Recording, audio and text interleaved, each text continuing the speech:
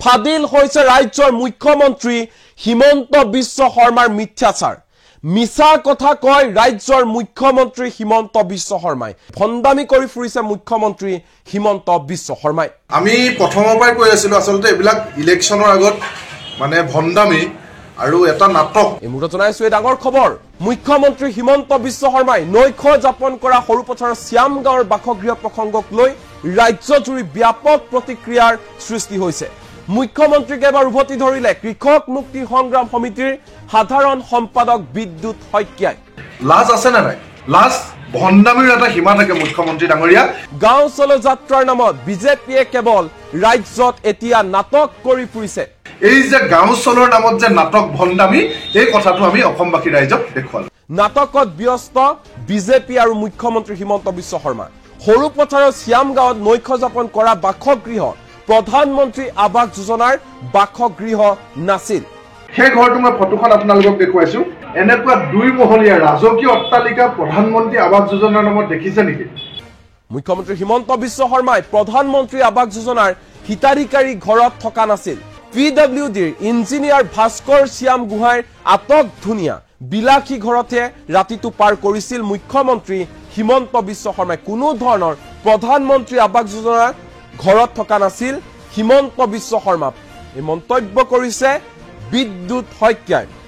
মই আকৌ দেখুৱাইছো কেমেৰাত ক্লোজ কৰি যে এই যে দুই মহলীয়া এই অট্টালিকাটো ভাস্কৰ শ্যাম গোহাঁই ডাঙৰীয়াৰ ঘৰ পিডব্লিউডিৰ ইঞ্জিনিয়াৰ ভাস্কৰ শ্যাম গোহাঁই প্ৰধানমন্ত্ৰী আৱাস যোজনাৰ হিতাধিকাৰী নহয় তেওঁ মিছাতে হিতাধিকাৰী সজালে মুখ্যমন্ত্ৰী হিমন্ত বিশ্ব শৰ্মাই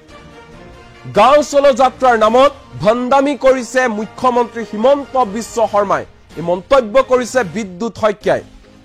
দুখীয়া দৰিদ্ৰ মানুহৰ দুখ বুজিবলৈ হলে দৰিদ্ৰ মানুহৰ কাষলৈ যাওক মুখ্যমন্ত্ৰী হিমন্ত বিশ্ব শৰ্মা এইবোৰ নাটক কৰি এইবোৰ ভণ্ডামি কৰি